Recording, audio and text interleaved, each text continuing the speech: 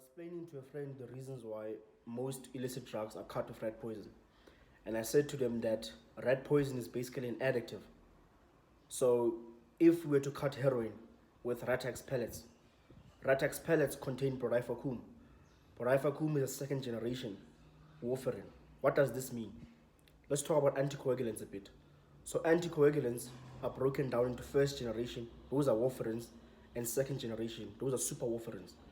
First generation warfarins compared to second generation warfarins have a short half-life.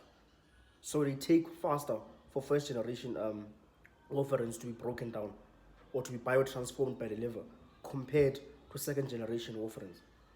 So now how is this important? Next time you go buy Rattex, flip the box and you will see the active ingredient there is actually borifacum. Now borifacum is a second generation warfarin. That means it's long acting compared to first generation warfarins. Those include stuff like diphenaclor and kumatetraline.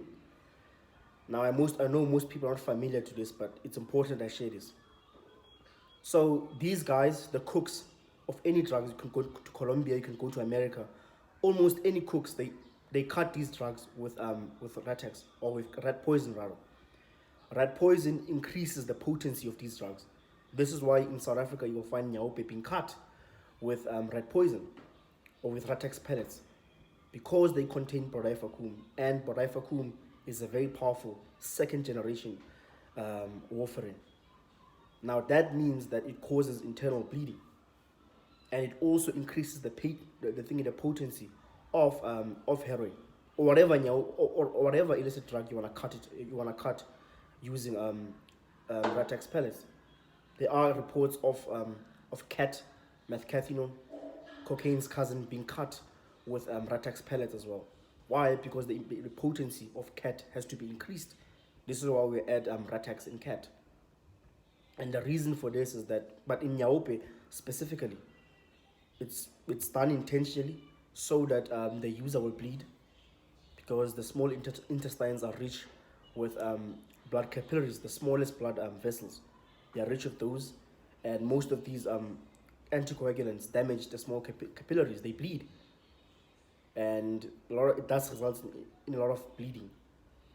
So what happens is that when the effects of the heroin wear off, when the nyaope addict sobers up or recovers from nyaope, they will start feeling the pain caused by the Rattex pellets. Thus, the nyaope addict will buy more nyaope. But of course, the abdomen pains are not only caused by the poison or the rat poison only. They're also caused by opiate withdrawal. So opiate withdrawal also causes abdomen pain. So that's why I believe that most of these drugs are actually cut with rat poison, to increase the potency. And then in nyaope, they are working because the heroin, which is the main active component of nyaope, is a painkiller. It's analgesic, it's pain relieving.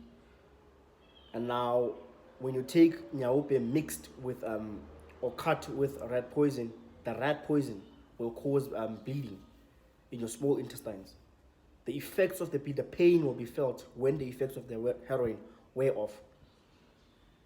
Thus, you'll buy more nyaope so that you won't feel pain. This is why these guys don't eat solid food. They'll eat stuff like porridge and all the soft food.